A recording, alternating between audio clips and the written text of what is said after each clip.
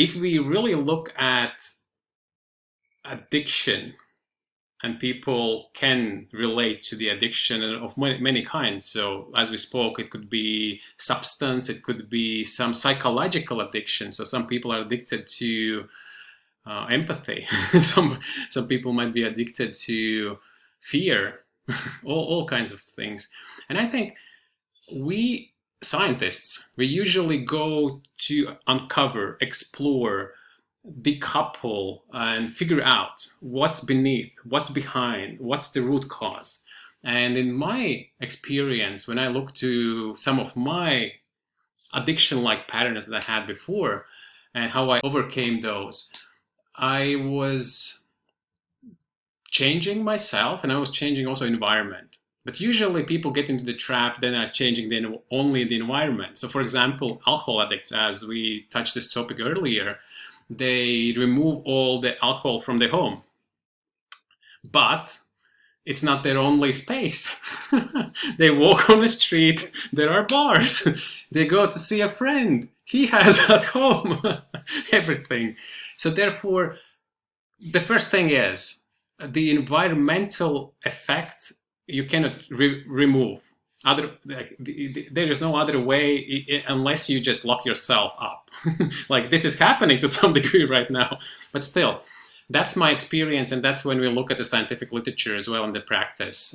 It's not enough. So if it's not enough, there is something that is more fundamental, and that's what I've been speaking over the last few months. It's the inside factor, and usually the inside factor is here. It's attitudinal, it's a bias, it's perception. And when we really narrow it down to one simple thing that is very frequent and very popular in our heads, it's a thought. As simple as that. So if there is an addiction, addiction is driven by a thought. And that thought can be of various kinds. One can say, oh, well, I need alcohol because only that makes me social in the context. And that's one thought. And realization or awareness that only one thought is responsible for the addiction makes this game actually starting. Instead, what people usually do, they start to complicate things. They throw everything in, their past experiences, recent ones, blaming others, blaming themselves. And then it's all the, let's say, resistance, the natural resistance to change speaks in, and then it's kind of makes its way, and it's masquerading itself, and it makes its way through your logic. Once you give it a chance, a smallest, tiniest chance to speak up, then it will just take over all of your brain. And then you will have the logic behind it, then you will have the emotional support, then you will look for the evidence through your conversations, then will constantly look to your best friends so that they would confirm that actually it's impossible, or it's too hard, and maybe you have to have more time, whatever. Therefore, realization and awareness, it's only one thought, is a starting point. So if the person, and of course naturally people would disagree, how that can be so easy would be the first logical resistance to that. And that's again an internal dialogue that people would have. And why they would say that? Because they are not willing to do this. So people who are actually managed to get to the point that they are really naturally, honestly willing, they would take this proposition as the reason is one thought as a good starting point. So if they don't jump on it with a criticism or with a debate, they are, from my work, from the three circles, the green people who are doing it, and red who will never do it, and the yellow who are willing but not succeeding, then that would be an indication. So first of all, with the green people, you don't need to do anything. So which means if they were in some kind of addiction, they already have found a way to get over it. So green people don't need this. So only people that need this are yellow people. And the difference between yellow and red is this kind of thing. So if you say there's just one thought, you don't know maybe which one exactly, but there's one thought in you that drives the addiction. And if you will figure it out, you will be on a path to resolve it. And if you are willing, you will figure out which thought is that, or which bias, or which perception. Otherwise, if the people jump on with the resistance, okay, they're red. If you speak after a month and the resistance goes down, they're moving from red to orange. So actually the idea kind of sticks. So the most resilient parasite is an idea in the head.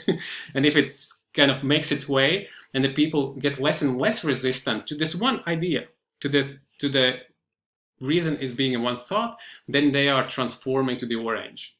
And then one day you might speak with them and they say, well, most likely that's true. It's just one thought. They become yellow. They have become yellow. And then when they become yellow, it's about a question, which thought is the major one? So as we discussed, so maybe for some it's socializing, for other people it's I cannot relax. Some people say I drink because to fall asleep. This is the way how I would be able to address the addiction using my work, that's transformation science and practice, is breaking it down to the smallest thing and then look at it with honesty and respect and then taking it in. And when that awareness brings people from being red to orange to yellow, then acceptance of that reason being one thought is there for the yellow people, and then is the journey of refining which one is the major one. And usually the simplest way how to do that, and they can do mobile apps to helping that when the people are asked the kind of questions about their habits, I think that would be one of the first things that people would say. So if you ask, okay, why are you continuously drinking? And they would say immediately the major reason. And that's it. They would say, okay, I just want to switch off. I just want to detach from my thoughts. I just want to sleep better. That's the first thing. The first thing usually would be the major thought that is behind it.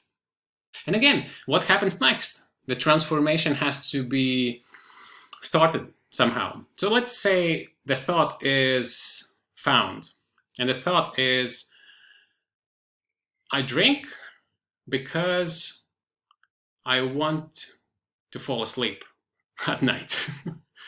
And that would be very reasonable for having that addiction every night, right? So then the transformation magic or simplicity of that is like this, which I teach in my master classes. So this blue pen is your thought, and it lives here. And as long as you have it here, and the thought is, I'm drinking to fall asleep, and as long as it's there, the addiction stays.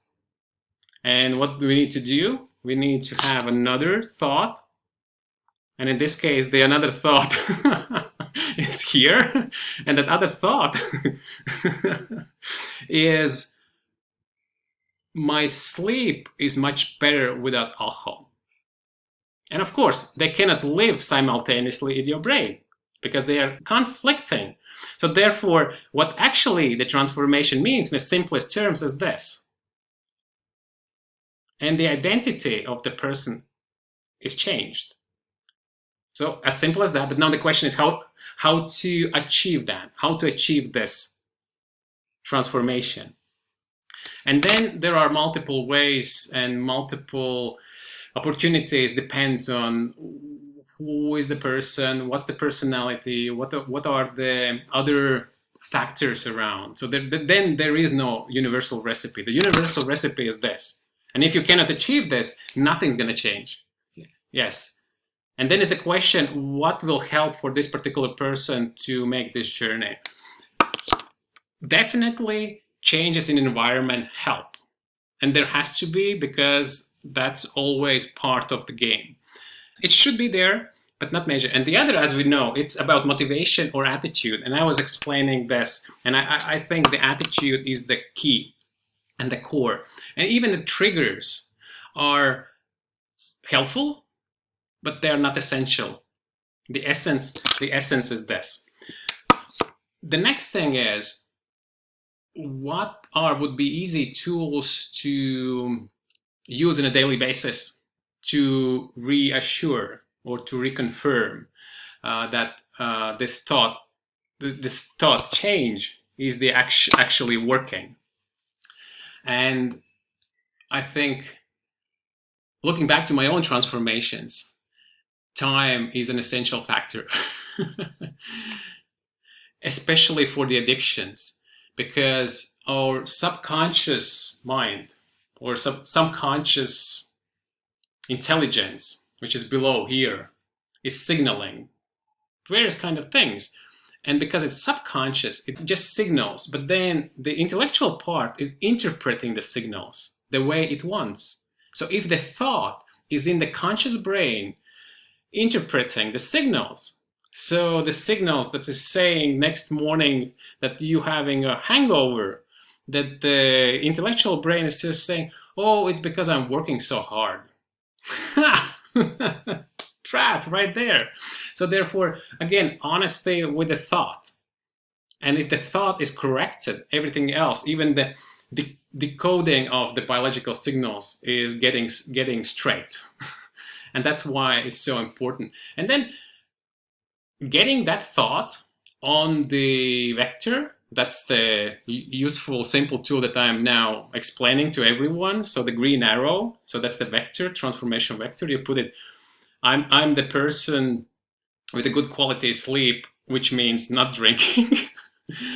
And then all the other arrows that are away from the green, the yellow ones and the red ones, it's saying I'm drinking. Like the green says I'm not drinking. And again, depends how fast the people want to go. So first of all, if they want to make the first steps, instead of drinking every night,